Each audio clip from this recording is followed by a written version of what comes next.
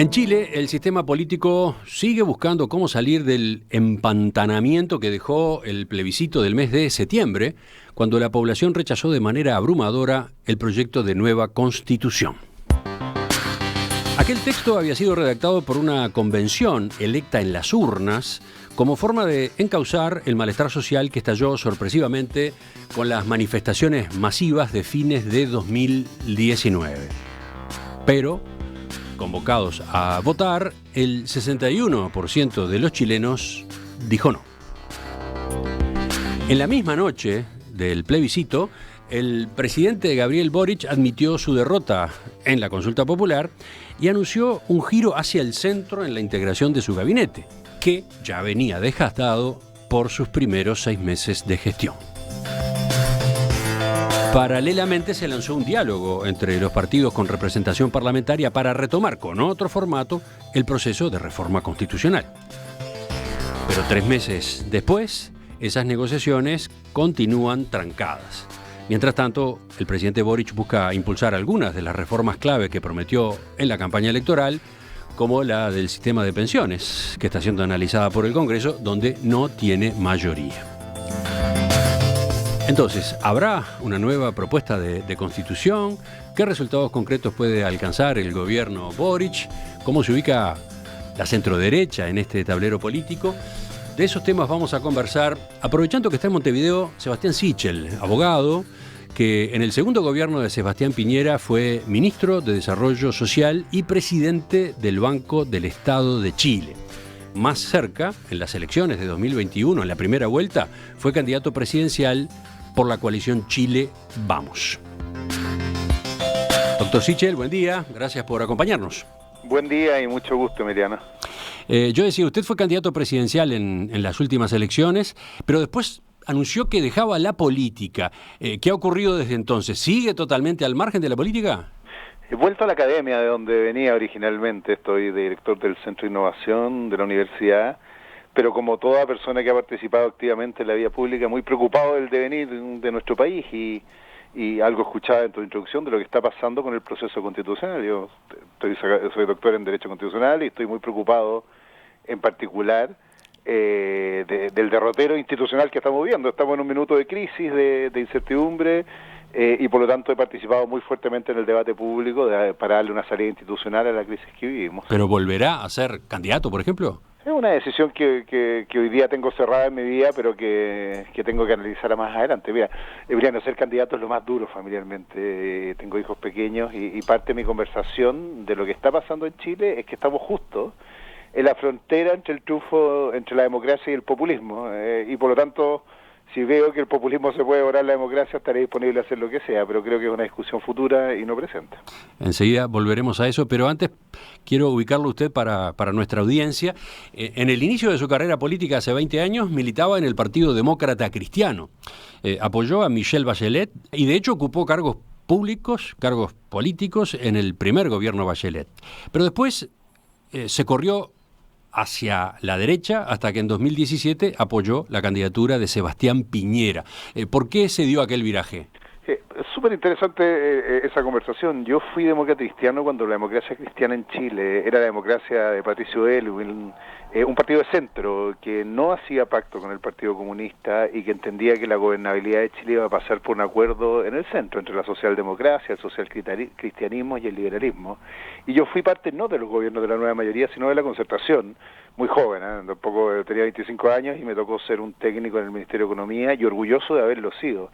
Cuando en Chile se rearma algo parecido al Frente Amplio, que fue la nueva mayoría, y se incorpora el Partido Comunista y a sectores que habían coqueteado con la violencia política en Chile, yo tomé la decisión de dejar de militar y por lo tanto no participé en esa coalición llamada Nueva Mayoría. Yo sé que los uruguayos no lo deben entender, pero que es muy distinto a lo que era la concertación y que encabezó el gobierno de Michelle Bachelet II, donde yo fui opositor abierto y traté de reconstruir un mundo liberal de centro. O sea, apoyó a Bachelet en la etapa de la concertación, no en la de la nueva mayoría. En la segunda elección, claramente. Y por lo tanto, la segunda, y creo que fue la tragedia de la centroizquierda chilena y del centro político, que aumentó la polarización en la medida que incorporó al Partido Comunista a la alianza de gobierno y que la centro derecha con Sebastián Piñera creció hacia los sectores de centro e invitó a muchos que éramos demócratas cristianos, liberales, a ser parte de este proyecto político. Ahí está. El año pasado usted ganó las internas de la coalición Chile Vamos, por eso fue que terminó siendo su candidato presidencial.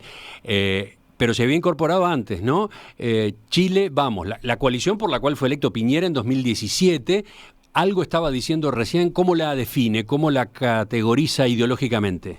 Es una coalición que es más bien una alianza de centro-derecha con sectores de centro y que está buscando crecer hacia sectores de centro, y ahí si quieres entrar por la elección pasada, pero que ha tenido contradicciones. Chile vive la misma tragedia que vive en el mundo los sectores reformistas, que no saben si girar a esta nueva derecha parecida a Trump, a Bolsonaro, a Orbán, a muchos otros liderazgos que están entrando hacia el populismo de derecha, o poner su eje más bien en un acuerdo con la centroizquierda para darle gobernabilidad a Chile. Yo creo que es el dilema que está viviendo esta coalición hoy día dentro de la situación política chilena, que tenemos un candidato que giró más hacia la izquierda, que es Gabriel Boric y su sector, que la democracia cristiana desapareció y se pulverizó la moderación, y sectores de derecha más populistas que han entrado hacia el otro lado. Entonces, nuestra definición es ver cómo logramos instalarnos como una coalición de centro capaz de asegurar la gobernabilidad del país.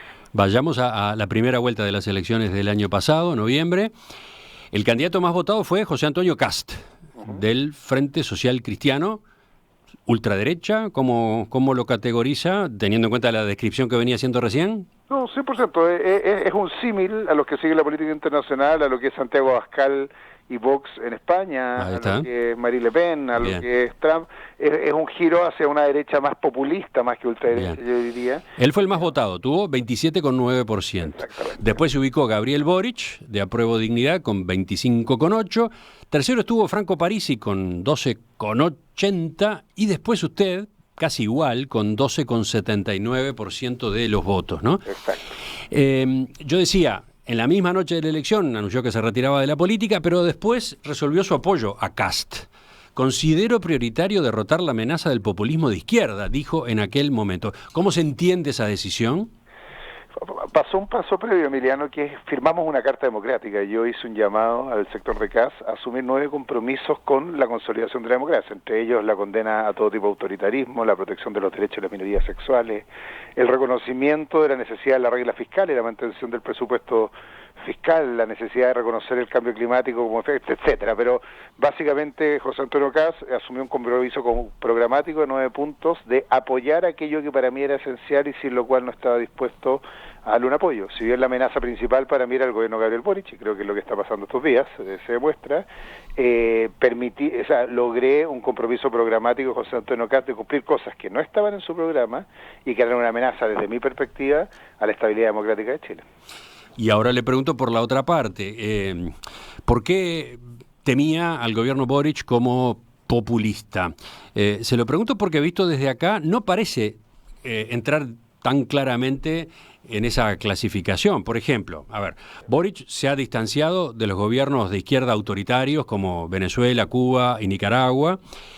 Tampoco parece haber implementado reformas que pongan en jaque al capitalismo. Declaró, por ejemplo, que la izquierda tiene que dejar de pensar que la responsabilidad fiscal es una cuestión de derechas. Esa es una frase de Boric. Y bueno, incluso unos días después de que se conociera el rechazo al proyecto de nueva constitución, Boric giró al centro, removió de su gabinete a los miembros, digamos, más cercanos a él, curiosamente, y designó en su lugar a dirigentes de centro-izquierda. ¿Qué dice usted?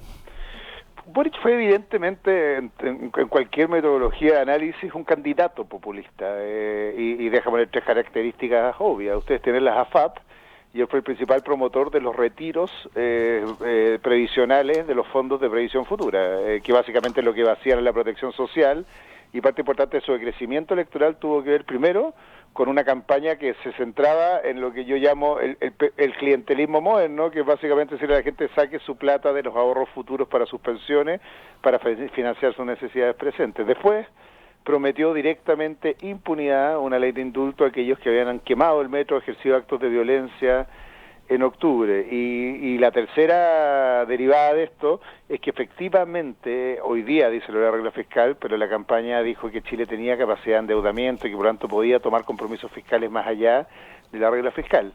Mi sensación, y para ponerle un punto final, y fue el principal promotor de la alternativa apruebo constitucional de un texto que evidentemente tenía avisos de autoritarismo y que fue ampliamente rechazado por los chilenos. Para que lo dimensionen en Uruguay, la cantidad de gente que votó por el rechazo, que era con voto obligatorio, no así la elección presidencial, es mayor en cantidad que la votación que sacamos todos los candidatos presidenciales en su conjunto. Y por lo tanto, la manifestación en contra de ese texto fue brutal y el presidente se jugó a favor de ese texto. Entonces, en una como trayectoria de la conversación, yo diría, fue un candidato populista, un presidente que inicialmente se jugó por un texto populista, que era el texto constitucional, y que está en una transición que está por verse hacia dónde va a terminar. Si va a terminar. Hoy no lo califica de populista, dice que está en transición, digamos. En transición espero a un presidente serio. Esta es una discusión que ustedes la tuvieron acá con Tabaré 1, si va a terminar siendo un frente amplio más parecido a lo que fue inicialmente un acuerdo de la socialdemocracia, o va a seguir en lo que fue su campaña y sus inicios de gobierno, y por eso tan baja aprobación tiene hoy día, que es más cercano a lo que uno entiende como una izquierda populista latinoamericana. Y está justo, yo diría, como en la cornisa de la decisión, ha tratado de transitar más bien por realismo político. Su baja aprobación lo ha obligado a dar señales de seriedad, pero vamos a ver cuánto dura. En el camino estuvo la designación de Mario Marcel como ministro de Hacienda, ¿no? Un economista muy respetado en Chile, que desde 2016 era el presidente del Banco Central, o sea, en el gobierno 2 de Piñera fue el presidente del Banco Central. ¿Cómo ubica esa pieza en el elenco de gobierno de Boric? Él ha tomado dos decisiones clave en este sentido de la transición hacia un gobierno serio. Un buen ministro de Hacienda, que es Mario Marcel, y una gran ministra del Interior, que es Carolina Toá, que están tratando de compensar estos giros más hacia la izquierda populista. El problema ahí, Emiliano, es que uno no puede servir a dos dioses. Esto me lo enseñó mi abuelo como regla vital, y por lo tanto lo ha hecho sin necesariamente desprenderse de las alias más extremas en el mismo gobierno. El subsecretario Ahumada, que en materia de relaciones internacionales es contradictora a toda la estrategia de Chile, los tratados bilaterales de apertura comercial, o la ministra Camila Vallejos, que es una representante icónica del Partido Comunista y que ha sido en general vocera de una estrategia del Partido Comunista que tiene un pie en la calle y un pie en el gobierno. Y por tanto, este es un matrimonio que puede terminar mal avenido si no toma una decisión. Por eso hablo de la transición. Me encantaría decirte al revés, que él tomó una decisión y giró hacia la socialdemocracia, pero estos ministros que son relevantes conviven en el mismo espacio con ministros que están en el otro lado. Para traerlo a la discusión uruguaya, ustedes están en la discusión sobre la suscripción del CTPP, que en Chile se llama TPP-11. El Acuerdo Transpacífico, claro, la incorporación de Uruguay al Acuerdo Transpacífico. Para que vean estas contradicciones del gobierno Boric, Chile lo firma, pero él no lo deposita porque dentro de su propia coalición tiene sectores que se oponen, entre ellos el subsecretario de Relaciones Exteriores particularmente, que se oponen, y por lo tanto hace un gesto político de suscribirlo, que es lo que es evidentemente necesario para economías pequeñas como las nuestras y que necesitan exportar, pero después no lo deposita para que el subsecretario pueda establecer condiciones o side letter para esa firma. Eso es exactamente la contradicción vital que vive el gobierno de Gabriel Boric hoy día, que parece ser que no decide definitivamente cuál va a ser el rumbo, y tiene una buena apariencia internacional respecto a ministros como Mario Marcel, pero internamente no ha resuelto de buena manera este conflicto. Le propongo una pausa y después venimos con la segunda parte de la entrevista para poner el foco en el plebiscito de reforma constitucional, que resultó abrumadoramente negativo hacia el texto que se puso a consideración, y el bloqueo en el que ha caído ahora ese camino, el de la reforma de la Carta Magna. Enseguida volvemos a la entrevista con Sebastián Sichel, abogado, magíster en Derecho Constitucional, que fue candidato presidencial en el año 2021 por Chile Vamos, y que en el gobierno de Sebastián Piñera fue ministro de Desarrollo Social y presidente del Banco del Estado de Chile. En Chile, los partidos políticos continúan negociando cómo retomar el proceso de reforma de la Constitución, después de que en el plebiscito del mes de septiembre triunfara ampliamente el no al proyecto que había sido redactado por una convención que a su vez había sido electa en las urnas. Mientras tanto, el presidente Gabriel Boric, que asimiló esa derrota y giró al centro la integración de su gobierno, busca impulsar reformas clave como la del sistema de pensiones, que está en el Congreso, donde el oficialismo no tiene mayoría. Estamos observando ese escenario político como parte de una serie de notas que hemos venido realizando en perspectiva en los últimos meses. Para eso estamos con Sebastián Sichel, abogado, magíster en Derecho Constitucional, que durante el segundo gobierno de Sebastián Piñera fue ministro de Desarrollo Social y presidente del Banco del Estado de Chile, y además fue candidato presidencial de Chile Vamos en la primera vuelta de noviembre del año pasado. El doctor Sichel está en Montevideo.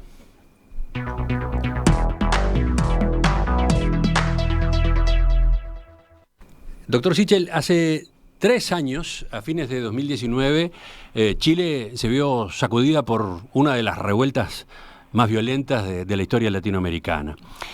Y después de aquel estallido, que se extendió por más de un mes, la mayoría de las fuerzas políticas acordaron iniciar un proceso constituyente.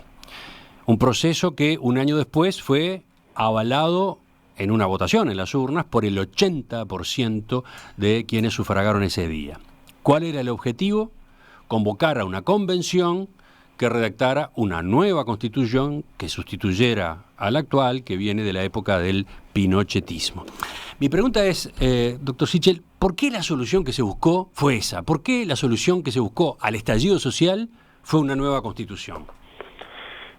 Yo diría que por 2 razones principales. La primera es que básicamente la fragmentación del sistema político, algo hablaba de los resultados electorales tú, hacía imposible la búsqueda armoniosa de solución de conflictos. La reforma de pensiones que tú señalabas del presidente Boric no es un proyecto hoy día, que solo ha presentado este gobierno, en el 2006. Se está discutiendo diferentes proyectos de reforma de pensiones que no hay solución ni acuerdo en el Congreso y no solucionan la institucionalidad de buena forma cómo resolver esos conflictos. Cuando tú tienes una constitución heredada de una dictadura que pensó en construir un sistema político binario, pero tienes un sistema político fragmentado con más de 20 partidos, lo que te pasa es que se provoca inmovilismo de la reforma. No es que la clase política le haya faltado voluntad para reformar o hacer cambios sociales, sino que simplemente la política ha tenido la incapacidad de ponerse de acuerdo en eso, y eso tiene que ver con el orden institucional. Y hay una segunda gran razón que tiene que ver con el origen de la Constitución de la que hablamos. Yo jamás he sido partidario de la dictadura de Pinochet, y esta Constitución tenía un pecado original, que fue creada en dictadura y no fue nunca legitimada democráticamente, y por eso fui de aquellos que votó y llamó a votar a prueba en ese proceso inicial, como señal política de que la institucionalidad era mejor que la violencia para darle una salida democrática. Yo estaba en La Moneda, el ministro de Desarrollo Social en Chile está en La Moneda, y es miembro del comité político, de los 4 ministros que están en el comité político en Chile, y el 15 de noviembre nuestra democracia estuvo en riesgo, muchas veces incentivada por una izquierda que le pedía la renuncia a Piñera, al presidente Piñera, que en la calle decía que se había acabado el orden institucional que conocíamos, y creo que la política tuvo la estatura moral. La gran parte de la política, el Partido Comunista no suscribió el acuerdo, y muchos de izquierda no suscribieron el acuerdo, pero gran parte de la política, entre ellos Gabriel Boric, de buscar una salida institucional a esa crisis política y de gobernabilidad que tenía Chile. Sí, pero una de las preguntas que uno puede hacerse es si ese era el camino, ¿no? Si fue una buena solución. ¿El sistema político chileno no se metió en una trampa al optar por esa salida, entre comillas, la de la reforma de la Constitución? Claro, hay un poco de Emiliano de todos somos generales después de la batalla, pero cuando tú tienes el 15 de noviembre del 2019 sectores políticos llamando a derrocar el gobierno, cuando tú tienes una violencia en la calle desatada por grupos anárquicos que quieren entrar a La Moneda, la salida institucional era el único camino viable para darle una salida. La trampa, y aquí me hago cargo de esa parte, la trampa fue que yo creo que parte de esos sectores que no fueron partidarios del acuerdo institucional, después se presentaron a la Convención Constituyente y una especie de borrachera institucional, redactaron gran parte del texto constitucional que fue rechazado, buscando más que darle una salida institucional a la crisis, darse gustitos políticos de minoría en el texto que redactaron. Entonces el problema no fue la salida, la trampa fue, de alguna forma, esta idea como ya que estamos en época mundialera, de algunos que entraron a la convención diciendo la pelota es mía, y por lo tanto, más que buscar acuerdos para hacer una constitución para todos, lo que hicieron fue redactar un texto que respondía más bien a razones ideológicas, y así lo decía, ¿no? El convencional más votado de izquierda, o sea, de todos los convencionales, dijo 10 veces que él no quería una constitución para todos los chilenos, quería una constitución para su sector político y con su razón ideológica, porque por eso había ganado la convención. Cometieron la torpeza de farrearse esa oportunidad institucional más que aprovecharla para provocar unidad y soluciones institucionales. Pero ahí me queda otra duda. Si esos eran sectores minoritarios, ¿no? ¿Por qué lograron imponerse en la convención electa en las urnas? ¿Qué falló? ¿Fallaron los otros partidos políticos? Entonces, ¿cómo se entiende eso? Pasaron tres cosas rápidas. Lo primero, la torpeza de un mundo de derecha más ultra, que llamó a votar en contra y que por lo tanto después se legitimó para participar en el proceso constitucional, en contra del plebiscito. Segundo, yo diría que un sistema electoral, y lo que más admiro de Uruguay, y particularmente el gobierno que encabeza Lacalle Pou, esta solidez institucional y la relación civilizada entre gobierno y oposición, con una institucionalidad que obliga a grandes acuerdos políticos. Nosotros hicimos un llamado a la Convención Constitucional con una tesis errada, de una crisis de legitimidad del sistema político que incentivó la presentación de candidaturas individuales independientes de subgrupos sin hacer pactos, y por lo tanto lo que tuvimos no es una convención de 2 o 3 sectores políticos organizándose para hacer una constitución para todos, sino que 155 personas autónomas que se mandaban a sí mismos tratando de satisfacer sus necesidades personales o ideológicas a través del texto. Por lo tanto, un sistema electoral fracasado y basado en un mal supuesto de que la política no era necesaria en esta convención y que incentivaba la participación de independientes por fuera. Y la tercera gran razón, y ahí sí, yo no comparto la tesis que tú dices que el gobierno ha girado al centro. Yo más bien giró al centro en la administración pública, pero su coalición no ha girado al centro, y por lo tanto una coalición que quiso, así como lo hizo Pinochet en la dictadura, darse el gusto de hacerse una constitución para sí mismo, quiso también, políticamente, la coalición del presidente, darse el gusto de hacer una constitución a su medida, y no a medida de todos los chilenos, y como finalmente tenía el liderazgo en el proceso convencional, trabajó profundamente en eso, es que negarle la sal y el agua al mundo de centro derecha para construir acuerdos, y por lo tanto tratar de resolver esto por mayorías simples y no por grandes acuerdos nacionales. Uh-huh. Sí, pero por eso llama la atención lo que usted señalaba, ¿no? Que los otros partidos políticos que tenían discrepancias con ese rumbo de un eventual texto constitucional no hayan logrado que se designaran para la Convención Constituyente suficiente número de representantes. Es que Emiliano, hay una cosa, no hay que ver la política chilena como la paraguaya con dos grandes, como la uruguaya, perdón, con dos grandes sectores. Lo que pasó en la convención es que se atomizó y por lo tanto quedaron muchas minorías ultra representadas. O sea, no es que la derecha o el centro haya fracasado, no, había un demócrata cristiano, habían 2 socialistas o 7 socialistas.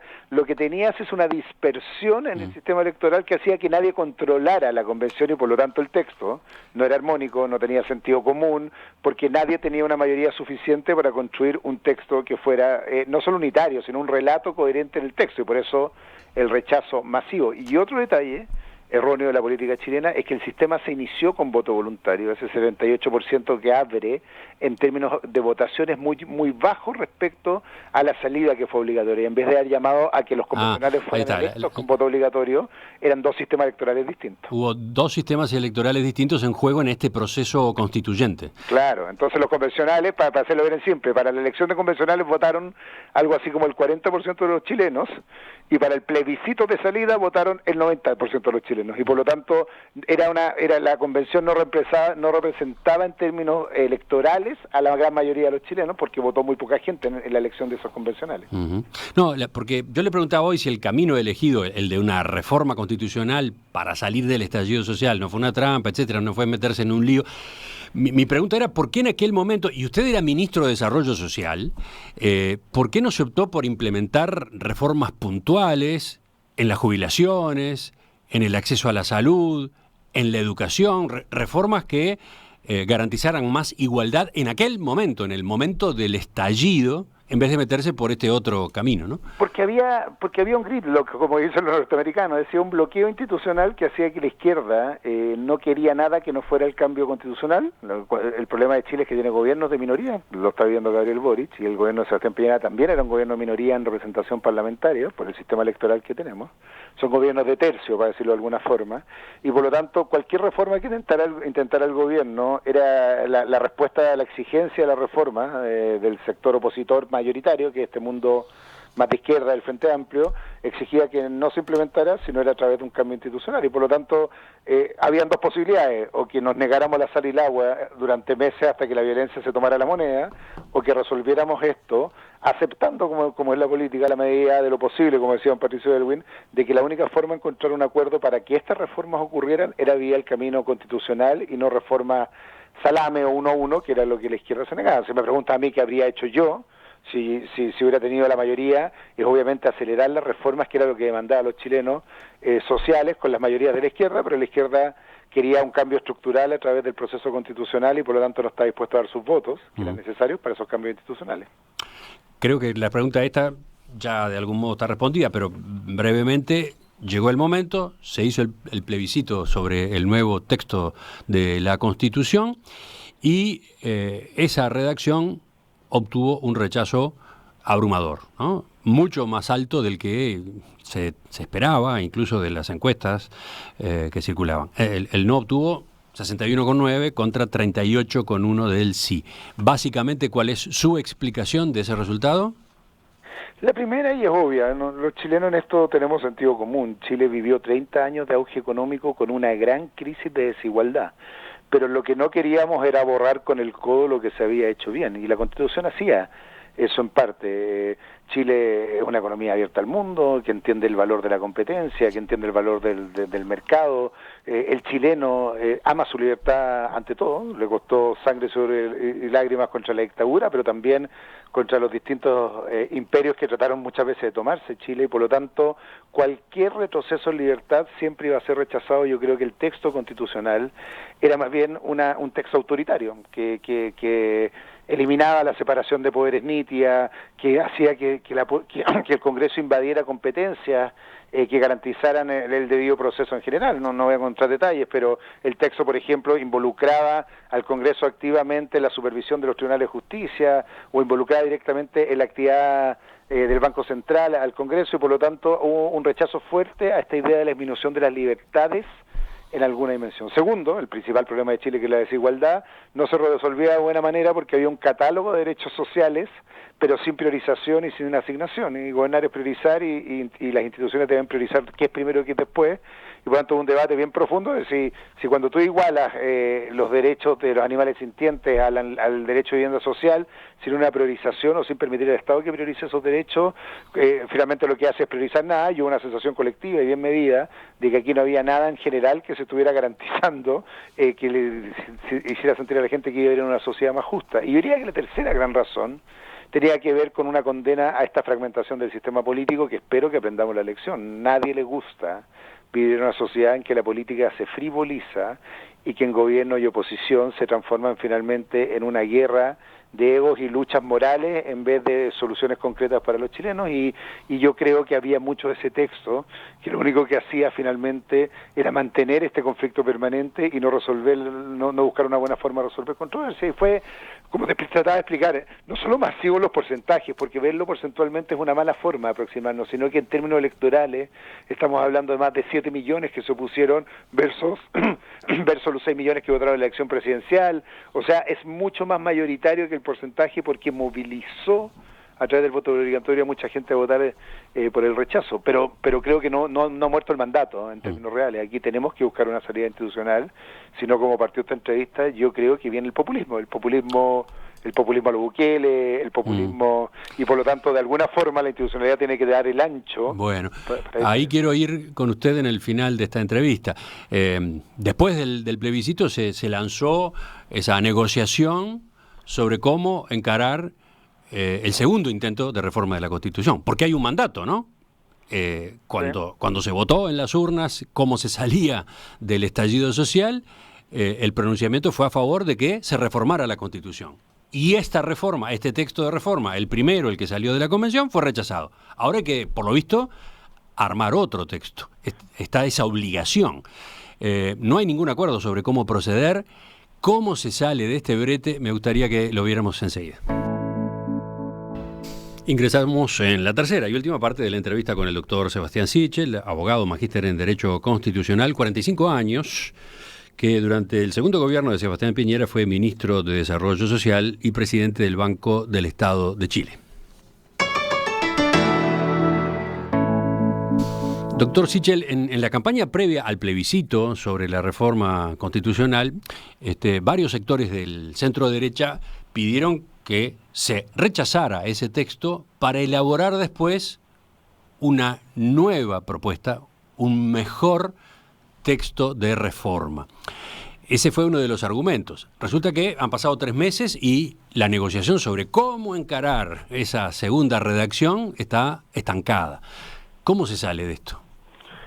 Primero, siguiendo tu propio razonamiento, creo que no solo hay un deber ético de hacer una nueva constitución por el compromiso institucional que tenemos con los chilenos, sino que hay un deber político, porque si no, este intrigulis o este bloqueo permanente hace ingobernable el país, y mientras más aumenta la incertidumbre a un país como el nuestro, que nos importa mucho en nuestra situación socioeconómica en el mediano plazo, más probabilidades hay de que nuestra economía siga hundiéndose porque no tenemos reglas institucionales claras. Entonces creo que hay un sentido de urgencia que hay que tener sobre la mesa en términos políticos y un sentido de urgencia en términos del compromiso moral que tenemos con los chilenos. No solo la centro-derecha, acá la gran mayoría de sectores de centro-izquierda que fueron parte de la concertación también llamaron a votar rechazo. Andrés Velasco, que fue ministro de Hacienda, Michelle Bachelet, Jimena Rincón, que es una de las principales senadoras de la democracia cristiana, etcétera, llamaron a votar rechazo y por lo tanto son parte de este acuerdo. ¿Qué pasa hoy día? Para hacer solo un análisis de situacional. Lo primero, tenemos un mundo más de izquierda, que es una de las coaliciones que apoya el presidente, que yo siento que es como Emiliano Zapata, que no pierde ni empata, pues si no pierde empata, y por lo tanto sigue pidiendo un proceso constitucional exactamente igual al anterior. Te lo dije antes, con los vicios que tenía: fragmentación del sistema, baja representatividad de los convencionales, atomización de la posibilidad de construir acuerdos, y por lo tanto parece ser que no aprendió la lección en el sentido que lo que no podemos hacer es repetir el mismo error anterior en el proceso de selección de los convencionales o la forma de elección de los convencionales, y está trancando definitivamente la pelota porque no se ha movido la posición de que hay que hacer un procedimiento reflejo y espejo al que fue el anterior, porque eso creo que sería no solo un error, sino que nos llevaría al mismo resultado. Hay un sector de ultraderecha que está en el otro extremo, llevando una posición al paroxismo, que los chilenos no quieren otra constitución y por lo tanto en el viejo discurso antipolítica lo que nos dicen todo el día es que somos un mundo cobarde y que no está preocupado de los problemas reales de la gente, como el antipolitismo, que es una tragedia cuando de este populismo de derecha. Y yo creo que hay un gran mundo moderado, reformista, que debería ser una gran coalición de gobierno, espero parecido a lo que es el gobierno hoy día acá, que está buscando una mejor fórmula. ¿Cuál debería ser la mejor fórmula? Obviamente un sistema electoral que garantice que los convencionales representen una mayor cantidad de gente, por lo tanto requiere algo así entre 50 y 70 delegados y no más de 150, que es lo que teníamos anteriormente, ojalá con listas nacionales, por lo tanto que permita que haya pactos electorales entre partidos para evitar la fragmentación, y con un acompañamiento experto de técnicos designados por el Congreso, no autodesignados, que además le den soporte técnico al proceso constitucional de manera que tenga un texto armónico. Yo aquí soy más optimista, o patológicamente optimista si quieres, pero siento que se están construyendo los acuerdos. He estado en contacto estos días con Santiago y veo que se está avanzando en un camino parecido a lo que te digo, con una convención más pequeña que obligue a pactos electorales para construir grandes mayorías y un texto que acompañe, y espero que antes de diciembre solucionemos este problema, porque aquí pesa y pende el futuro de nuestra democracia, de nuestra economía. Mientras tanto, las demandas sociales que provocaron el estallido de fines de 2019, ¿siguen vigentes? ¿Siguen activas? Por supuesto, deja contarte 3 cifras que demuestran la realidad chilena. Primero, la positiva. Chile es el país que más rápido creció en Latinoamérica durante los últimos 30 años y que más aumentó su calidad de vida. Pero hay un poeta chileno que se llama Nicanor Parra que decía una frase que era mortal. O sea, calculemos promedios. Hay 2 panes, yo me como 2, tú te comes ninguno. Promedio de panes consumidos por persona, 1. Parte del problema de nuestras cifras macroeconómicas es que esconden una profunda desigualdad y sobre todo precariedad de la clase media, y creo que es Uruguay, nos da cancha, tiro y lado. O sea, está mucho más avanzado porque no tenemos una red de protección de salud igualitaria, no tenemos un sistema de pensiones justo y no tenemos un sistema de seguridad social que prevenga de buena forma las caídas de la clase media, quedarse sin trabajo, perder el empleo, tener una enfermedad en parte de la familia, y en eso hay que seguir avanzando de la manera más rápida posible, y creo que tenemos que tener un Estado eficiente, pero que preste parte de estas soluciones, independiente si el proveedor es público o privado, pero que el Estado sea el que financia este tipo de prestaciones. Y yo creo que el presidente Boric ahí ha dado señales con la reforma de pensiones y la reforma tributarias que deben ser bien recogidas por el mundo del centro. ¿Usted entiende que sí, esas reformas son compartidas concretamente por ustedes? En concreto, creo que el sentido de las reformas avanza en el sentido correcto, pero creo que tiene una especie de estatismo que medio sesentero en respecto a la administración. Yo no me importa de qué color es el gato, me importa de qué hace ratones. Creo que está más obsesionado en quién administra las platas futuras de las pensiones, que las pensiones sean mejores hacia adelante. Yo soy de aquellos que cree que el Estado tiene que ser un gran regulador, un gran leviatán para controlar los abusos privados, pero que no necesariamente el que más sabe dónde, cómo y cuándo invertir los recursos de los fondos de pensiones, y por lo tanto no tengo complejo en buscar sistemas mixtos y privados, de colaboración mixta y privada para esas pensiones. El problema es que creo que aquí el presidente está más enamorado que de cuál va a ser la pensión futura, de quién la administra, y creo que esa discusión sesentera hay que abandonarla en Chile y en Latinoamérica en general, entendiendo que el Estado es el que tiene que proveer el servicio y ojalá financiarlo, y no le importe nada que administrarlo, pero va en el sentido correcto de aumentar la cotización. En Chile es el 10%, que es bajísimo, llegar a 16%, y de abrir la competencia a entes estatales, o sea, que los chilenos podamos decidir si nos administra un ente público o privado nuestros propios fondos de ahorro futuro. Yo creo que ese es el camino que hay que avanzar, pero no generar monopolios estatales que provocan ineficiencia. Te lo digo como expresidente del Banco Estado. Me gusta el Banco Estado chileno, que compite igual que el Banco de la República con el sector privado, porque nos obliga a ser exigentes. No me gustaría un administrador único estatal de los fondos de pensiones, porque probablemente sería más ineficiente que si está mirando al lado como lo hacen los privados. Pero entonces, ¿es posible un acuerdo en torno a esa reforma previsional? Creo que es completamente posible, y creo que demorar un acuerdo en esto solo hace que nuestros jubilados y pensionados cada día sean más pobres, y es una tragedia. Y lo mismo en materia tributaria. Creo que Chile tiene que avanzar en mayor recaudación fiscal, sin tragedia, pero que eso no puede impedir la inversión y el crecimiento, y por lo tanto tiene que ser mirando, con un pie en la cancha, mirando la necesidad de financiar más prestaciones sociales en el mediano plazo, pero exigiendo, como lo hace Australia y otros países, una regulación que permita incentivar la inversión y la innovación. Yo proponía en el programa algo bien obvio, pero es por cada nuevo impuesto que se estudien aquellos impuestos ineficientes o que generan privilegios para sectores productivos. En Chile, las ventajas arancelarias o más bien tributarias de camioneros o de sectores productivos son injustas para una sociedad en que la mayoría de los chilenos pagamos el IVA y financiamos al Estado, y por lo tanto buscar mecanismos de justicia tributaria que eliminen los privilegios de algunos sectores productivos. Yo le hacía estas preguntas porque por un lado tenemos el proceso constituyente trancado o demorado, por otro tenemos estas reformas que está impulsando el gobierno Boric y que buscan atender una parte de los problemas que puso de manifiesto el estallido social y que no necesariamente tienen acuerdos. Y tenemos al propio gobierno en sí deteriorado, entre comillas, ¿no? En la opinión pública, en la evaluación que hace la opinión pública. Ha sido muy duro para el gobierno Boric este primer periodo, ¿no? Esta etapa inicial. Entonces, da la impresión de que están los elementos arriba de la mesa como para que crezcan de vuelta los populismos, y en particular los populismos de derecha, ¿no? Eso es a lo que usted aludía hace un rato, ¿no? Decían algunos analistas, Kast está sentado en un rincón frotándose las manos y esperando. Mi consulta es, justamente, un partido como el de ustedes, en el centro derecha, ¿de qué manera se planta frente a este escenario, ante ese riesgo de que aparezca como alternativa a lo que se vio, no sé, en Brasil con Bolsonaro, en Estados Unidos con Donald Trump?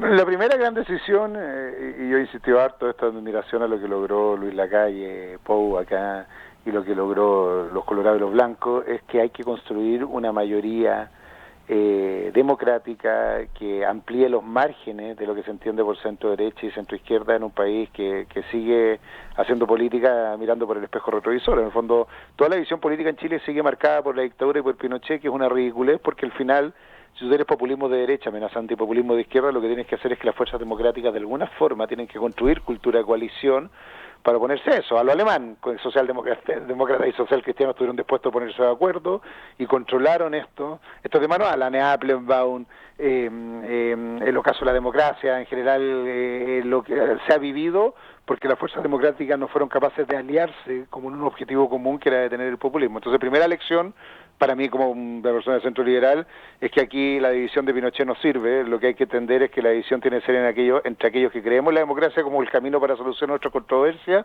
y entre aquellos en la derecha que creen que tiene que venir una salida más autoritaria, o aquellos en la izquierda que creen que la violencia es el camino. Y por lo tanto, primera lección, ¿cómo lo hacemos? Espero que muchos que estuvieron en la concertación en su minuto, y muchos que no estuvieron en la concertación en su minuto, sean capaces de hacer un gran pacto político para darle estabilidad y gobernabilidad a Chile en el mediano plazo. ¿Cómo se hace además? Siendo claro que hay una diferencia en el proyecto político. Yo por eso he marcado mis diferencias con José Antonio Caz. Yo creo que eso la derecha chilena no lo tiene tan claro. Creo que coquetea con ambos lados, y hay sectores conservadores que miran como coquetamente a Trump, a Bolsonaro y a gente como José Antonio Caz como una alternativa política viable, cuando yo creo que es el fracaso, no solo de la posibilidad de ser gobierno, porque creo que nos condena a ser una minoría, sino más que al fracaso de las credenciales democráticas que ha recuperado este mundo en general después del retorno a la democracia y el alejamiento del mundo de Pinochet. Y diría que hay una tercera gran cosa, la seriedad. La seriedad de las propuestas, la seriedad de la estrategia. Si algo yo voy a defender, no solo de lo que yo he hecho, sino de lo que debería ser la política moderna, es decir cosas que no son populares, como está pasando acá, que a veces hay que subir la edad de la jubilación, o si no los recursos no van a alcanzar, que hay que firmar los acuerdos bilaterales, en general, aunque suene bonito a veces proteger sectores, pero que finalmente afectan la economía, y que por lo tanto se requiere tener liderazgos con el coraje de no decir lo que mandan las redes sociales, el Twitter, o la opinión del día o la encuesta de la mañana, sino que estén dispuestos, como decía Churchill, a estar más preocupados de lo que piensan las generaciones futuras y el devenir de esas generaciones futuras, que el aplauso rápido de la generación presente o de la red social del día. Ahora, ¿cómo pesa en este planteo o en este intento la votación? A usted como candidato no le fue demasiado bien, ¿no? 12,79% en la elección, la primera vuelta, superado apenas por Franco Parisi, del Partido de la Gente, que era un candidato como inventado, que hizo campaña a distancia, etcétera, ¿no?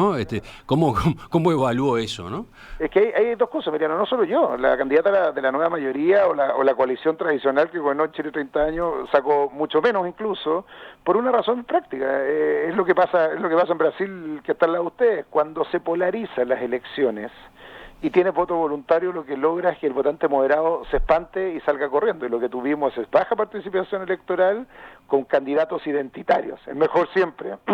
Los candidatos populistas lo que hacen es una fórmula mágica, pues eligen de manera correcta al adversario y por lo tanto empiezan a atacar a los gays si es necesario para subir su electorado, empiezan a hablar contra la civilización, contra la ONU, un discurso que está muy de moda en Chile estos días, y por lo tanto mueven fanaticadas, y eso es un error en el sistema. ¿Y por qué no va mal? Porque con voto voluntario obviamente logras movilizar tus fanáticos y desmovilizas a aquellos votantes moderados. Primer desafío en Chile, recuperar el voto obligatorio para movilizar a los moderados, y eso cambia completamente el resultado electoral. Mira lo que pasó con el plebiscito constitucional.